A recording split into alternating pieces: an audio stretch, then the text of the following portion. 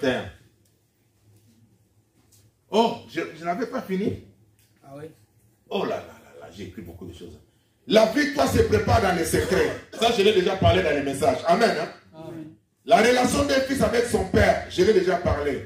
Les aînés dans la foi, leur petit comportement et comment doivent-ils agir. Frère, les aînés là, c'est-à-dire les grands frères de David. Les gens qui sont là pour décourager. Toi, qu'est-ce que tu viens faire ici? Écoute, ce n'est pas moi qui suis venu, c'est le papa qui m'a envoyé. Pour venir vous donner, vous apporter du Père. Alléluia. Mais quand ces grands frères l'ont vu dire, ah, toi tu es là seulement pour, à cause de Goliath tu es venu là. David ne savait pas. La vie d'un berger, la vie d'un berger, ce n'est pas facile. C'est une vie de sacrifice, de difficultés, de souffrances. Mais il a aussi des moments de joie. Ça, on va beaucoup parler de ça. Alléluia. Vous savez, dans la vie, des fois, il faut se sacrifier. Il faut avoir une vie de sacrifice. Dans les chaînes et de prière. Quelles sont les récompenses qu'on obtient lorsque Goliath est tué? Alléluia. Amen. Frère, lorsque Goliath est tué, il y a des récompenses. Il y a des récompenses. Amen. Pour David, on devait lui donner déjà la fille de Saoul. Alléluia. Amen. Deuxièmement, on dit qu'il devait devenir non imposable. Non, exonéré. Il devait être exonéré aux impôts. Il fait les affaires exonérées. Il crée une entreprise exonération. Il n'y a pas de taxes. Parce qu'il a donné la victoire à toute une nation. Frère, ma prière est que tu donnes la victoire à toute une nation. Amen. Tu donnes la victoire à ta famille. Amen. Et tu donnes la victoire à ton église. Amen. Qui t'accompagne, qui t'entoure face au combat avec Goliath. Frère, il faut être entouré. David était entouré. Hein? Alléluia. Amen. Vous allez lire ça. Très important. Si tu es entouré que par de peureux, oh, vous allez manger que la peur. Ne sois pas entouré par les gens qui critiquent du matin au soir. Ils sont là que pour critiquer. Ils voient que la négativité. Tout est négatif. Tout, non, frère, tout n'est pas négatif. Là où toi tu vois négatif, l'autre peut voir la positivité réussir. C'est clair. Alléluia.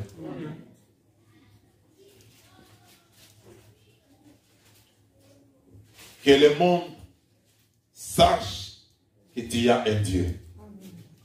J'aimerais que cette année, le monde sache que tu as un Dieu. Que ta famille sache que toi tu as un Dieu. Que tes amis sachent que toi tu as un Dieu. Amen. Amen. Voilà notre planning de cette année. Au niveau des thèmes, hein, pas au niveau des activités. Ça dit, à partir du mois de janvier, février, mars, nous avons notre thème qui est là. L'Esalie est entré dans ma maison. C'est ça notre thème. Nous allons beaucoup parler sur la prière.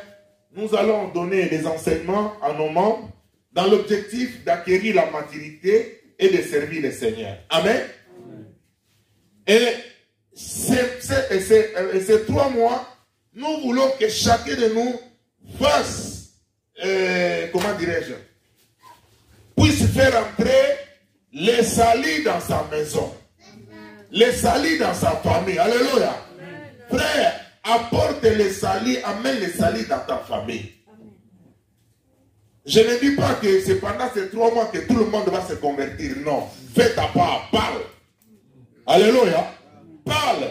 Tu dois gêner pour ta famille. Tu dois prier pour eux. Qu'ils puissent connaître le Seigneur. Vous savez, lorsque nous parlons d'Esalie, il y a premièrement venir en Christ. Il y a aussi la délivrance. Dans tes conversations, tu puisses trouver Dieu dedans. Ça, c'est notre responsabilité. Et nous voulons également que chacun de nous puisse avoir l'assurance réellement qu'il est enfant de Dieu. Que tu es sauvé. Et tu puisses partager cela avec les membres de ta famille. Je voudrais bien aimer quelque chose puisse se passer dans la famille. Si tu as besoin de l'aide, demande le soutien ici, aux mamans, aux frères, aux pasteurs qui sont ici à l'église, pour t'accompagner dans la prière, dans les conseils. Alléluia. Ça, c'est le premier trimestre. Deuxième trimestre. Dans ce trimestre-là, notre thème, c'est la stabilité et être enraciné. C'est-à-dire, au mois d'avril, au mois de mai et au mois de juin. Nous parlerons beaucoup sur la stabilité. Parce que beaucoup de chrétiens sont instables. Alléluia. Nous allons beaucoup parler sur la stabilité. La décision définitive de demeurer dans la foi. C'est-à-dire, nous devons que chacun de nous puisse prendre la décision définitive de demeurer dans la foi. Je donne mon exemple. Moi, j'ai déjà pris cette décision depuis longtemps. Tel que vous me voyez là, jamais aucun jour, moi, je peux devenir un musulman. Jamais je peux devenir un bouddhiste. Amen. Impossible. Jamais je serai un occultiste. Amen. Jamais je toucherai jamais à l'occultisme. Moi, j'ai déjà pris ma décision définitive de demeurer dans la foi. Amen. Yes, amen. Et tous les membres de notre église, nous allons travailler de façon que chacun de nous puisse prendre la décision définitive. Amen. Tu ne sois pas un pied dedans, un pied dehors. Tu puisses connaître ta position. Et nous allons voir aussi avec vous comment faire pour demeurer stable. Alléluia.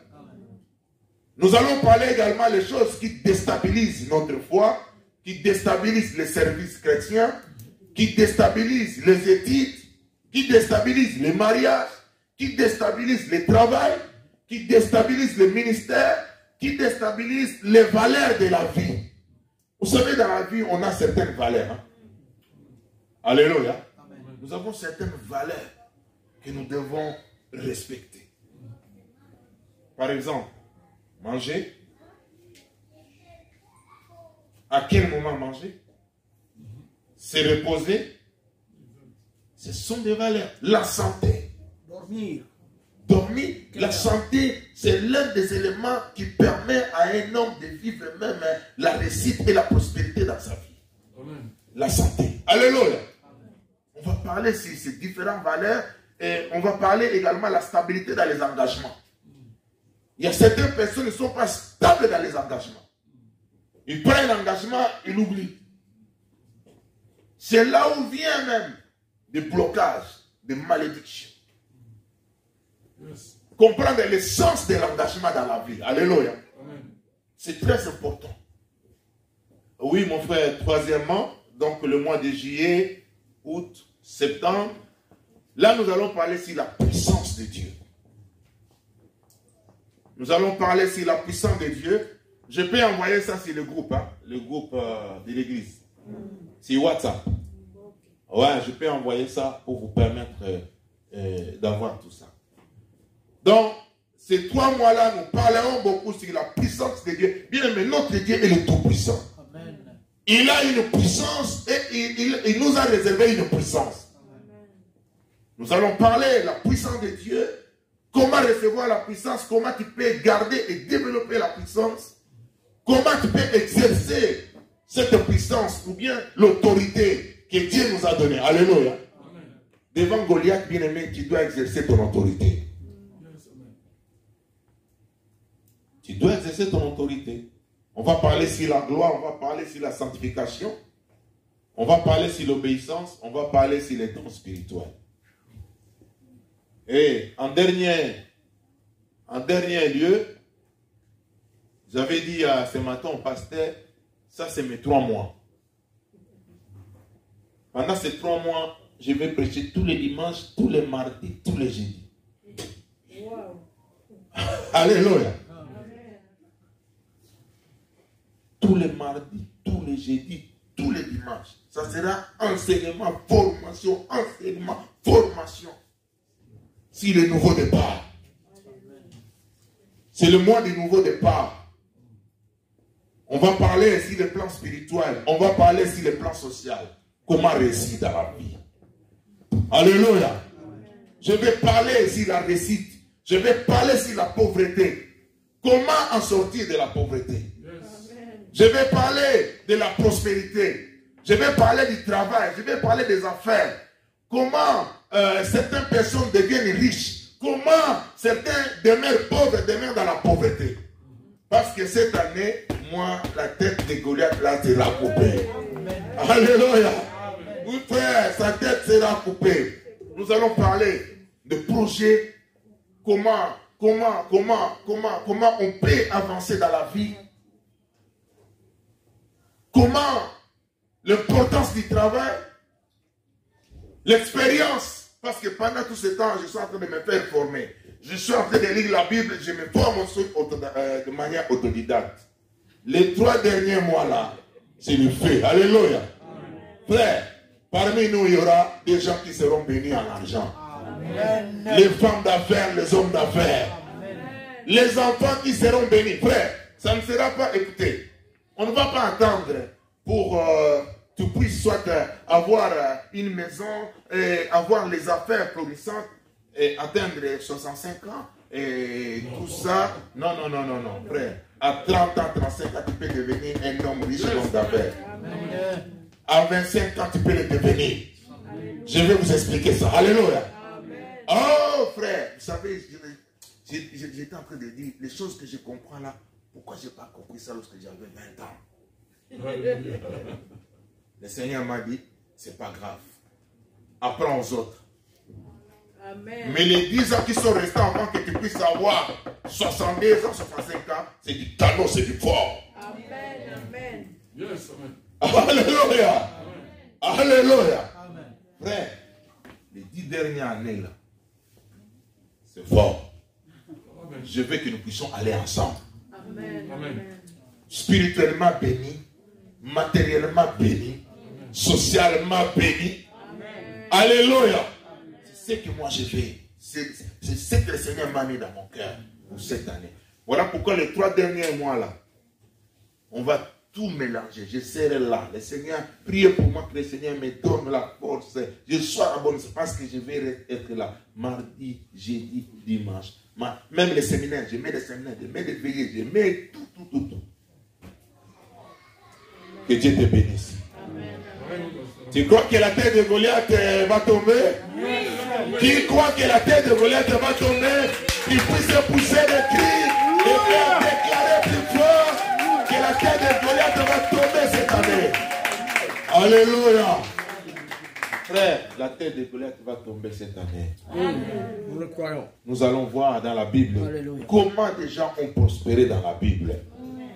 Vous savez, en Israël, il y a un homme qui est devenu riche parce qu'il a lu dans la Bible là où la maman de Moïse avait fabriqué les paniers. Il a pris des bitumes pour protéger les paniers, pour que les paniers ne puissent pas noyer.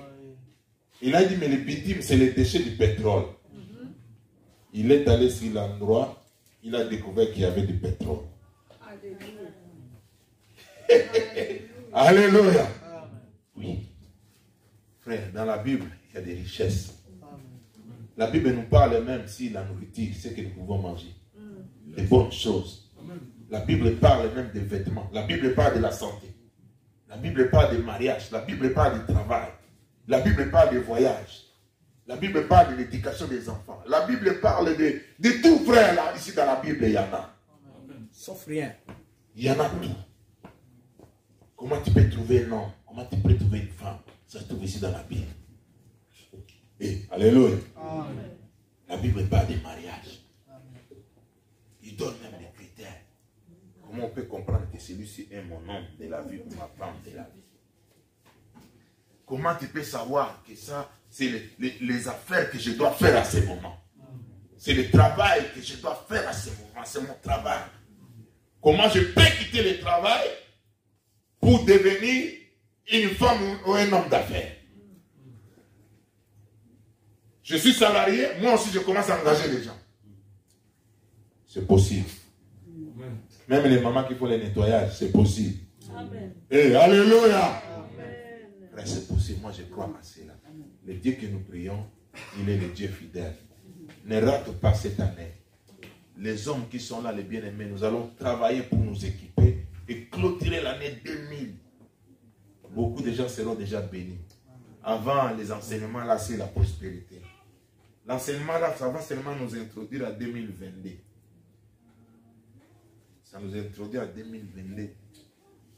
Comme des actionnaires, comme des chefs d'entreprise. Alléluia. Des femmes, des hommes bénis.